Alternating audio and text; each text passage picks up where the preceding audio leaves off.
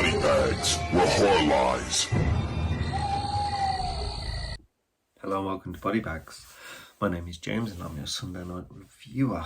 And to finish up our franchise theme week of Paranormal Activity, I have watched Next of Kin, which was released end of last year, I think it was. So in this one, we follow Margot and her friend Chris, and she's making a documentary of basically she was given up for adoption as a child by her mother called Sarah, and basically she's tracked down her first blood relative that she's known about, that she's managed to find.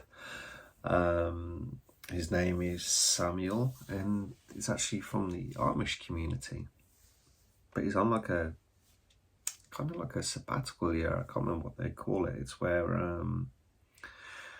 they take a year out before fully pledging to the Amish ways of life, I guess, so they can have a taste of like the real world sort of thing. So he's going to take her back to the farm where he lives. It's Baylor Farm. It's a Amish community that's been there for a couple of 100 years or something. Anyway, so they go there, they meet, so it's Margot with her friend Chris. Chris is the camera guy, and they met another guy called Dale, who bit of a quirky one. He's the sound guy, and they want to make a documentary about her life. She wants to find out about why she was given up, and she's never found anything before, so this is a huge thing. She's got this video of shows Sarah taking her to the hospital and leaving her there. So she meets Jacob, who's the kind of the patriarch of like the family, and he actually gives her the information that Sarah was adopted.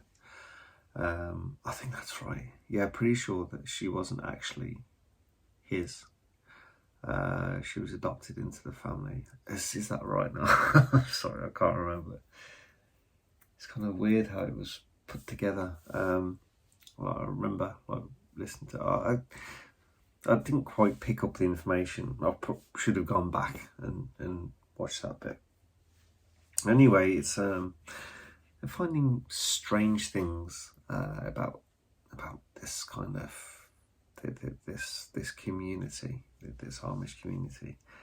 At one point, Sarah, she's in this room. She keeps hearing these noises, and apparently that's where Sarah's room was, in the attic. And the kind of cool scene. It has like this night camera bit, and she hears all these things, so she goes, hides under the bed, and someone gets onto the bed. All the springs go down, and she looks up, and there's kind of no one there. And so that's kind of harking back to previous Paranormal Activity movies.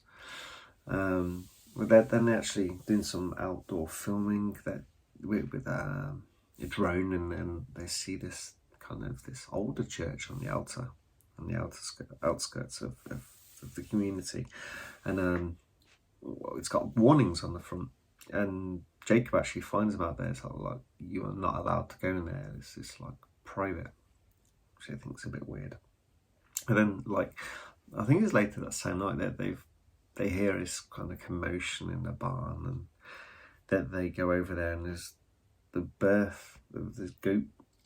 They kill this goat, and it's pregnant with this two-headed calf inside it, which they sacrifice. Bit weird to see. But anyway, of course, they're going to go back into this church, and they find all these markings, and they began to research, and it's Asmodeus. It's like this devil of lust or something like that.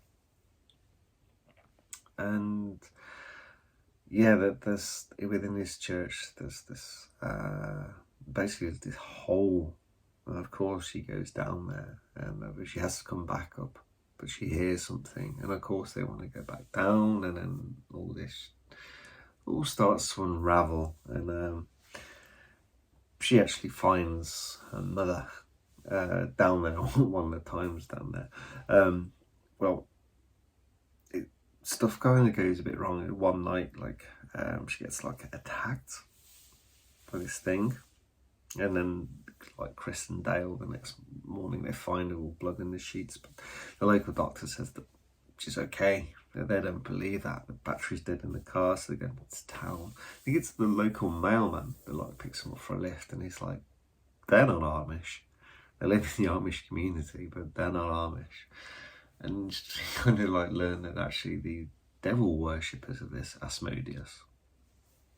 And it's when they go back, like they can't find Sarah, and they go looking, and she's actually down this hole, and shit goes mad because they find Sarah down there, and she's basically possessed by this demon, and so it's chasing them, and she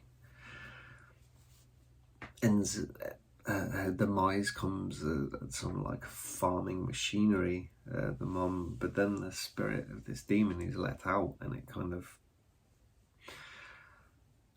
I don't know if it was I think it was like, it's passed down like the bloodline, because she actually finds out like when she's snooping around at one point, she goes into Samuel, which was the brother that she found, and he'd actually found her already and done all this connection before. So before she was looking for him, he'd actually been looking for her and found her and all this stuff, because apparently it was like the bloodline. So Sarah, the mother, she's been kept in this hole, but she is this demon, but this demon possesses her, and next in line will be Sarah. So like when this demon is let out of the body, it actually takes Samuel, the brother, and it kind of, it's like a massacre scene of everyone else at like this community, not Amish communities, devil worshipping community. It's like bloodbath in there. Excuse me. But Margot and Chris manage to escape, and the police go down there to see what's going on. Like I said, there's still this like aftermath, and they find Samuel. He gets them. They both willingly commit suicide, and then he takes the police car and drives off. And that's the end of our movie. Like with this one, now this is the difficult bit. It doesn't feel like a Paranormal Activity movie. There's the one scene that I was telling you about where she's in what used to be Sarah's bedroom, and she has like the night cam on, and how she's moving the thing with the springs. That's very much Paranormal Activity. The rest of the movie isn't at all. It's just like a demon movie. It's not even like a possession movie, or there's a possession. It's just like a demon movie sort of thing with handheld cameras. And yeah, I get you can't just keep making the same movie. I kind of like the Paranormal Activity movies, so I haven't seen, I think I've seen the first 4, and they're all kind of very much of a muchness. You know how they are, the kind of the themes of how they are and how. But so I haven't seen a few of the later ones, so it was. I understand, but I was fairly disappointed in this one. It's like, you can't keep making the same movie over and over again, but then it went into this realm of just being a generic movie in a different way. It's kind of almost better to carry on making what you, from your own creation, your own Paranormal Activity creation of like what you birthed, but it's like you just go into it, just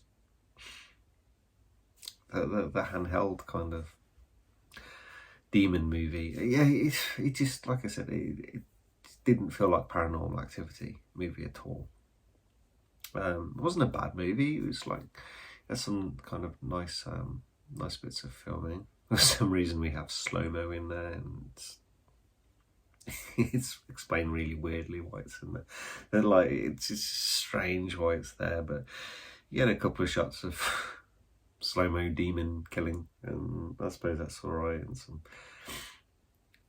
believed to be Amish children with devil worshipping. They probably don't know they're devil worshippers, but like, yeah, these kids playing in like some water and splashing around and stuff like that. It's kind of weird, and like you always get these drone shots, and the drone finds the church and how it all leads. It's very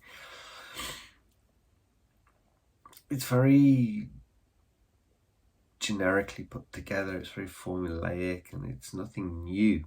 I think that's kind of like. That's the thing with the Paranormal Activity movies. Your first one is new. Your second one is just, you keep going, and you keep building on your themes, like your VHS franchises, your Saw franchises, or even your previous Friday the 13th, Nightmare on Elm Street. All these different ones. They have this unique movie that they can kind of build upon. Sometimes they work well. Sometimes they're a bit copied again, and then every so often they'll just start spraying off in different directions, and this is one of the ones where it just starts to spray off in a different direction. And yeah, I think there is actually another one coming out next year, and I think it's closely aligned to the first one, because this is pulling away from it, and it's kind of not what the series is. And it's like, if it was going what they could have done moving elsewhere, they kind of didn't do at all. They could have still made it a Paranormal Activity feeling movie, but they just kind of abandoned it, apart from that one scene that I mentioned. And yeah, like I said, it's not a bad movie. It's just nothing really particularly new. It's like, it doesn't bring anything new to the table. It looks quite nice. Like, even like how they do all the handheld camera stuff now. It's like they've been progressing that style over the years. Like Blair Witch was very, very shaky. Oh, excuse me, it's very, very late here. But how the Blair Witch was, it's like, obviously the start. I mean, I love that movie. But you know how like the shaky hand cam isn't really the shaky hand cam anymore, especially when you bring the slow motion into it, as I do with this one. And I'm kind of just going around in circles, so I think I'm just going to finish that. It's definitely worth a watch, but if you're really into like the franchise, especially the earlier ones of the franchise, it's like you're not really going to find anything inherent in this movie from those. It doesn't carry the heart over from those. It's a very, very different movie, and like I said, not a bad one, but nothing particularly new to the plate, which is a shame. But anyway, that's ended the review. Hope you guys enjoyed this whole week, and I'll catch you next Sunday. Thank you. Bye bye.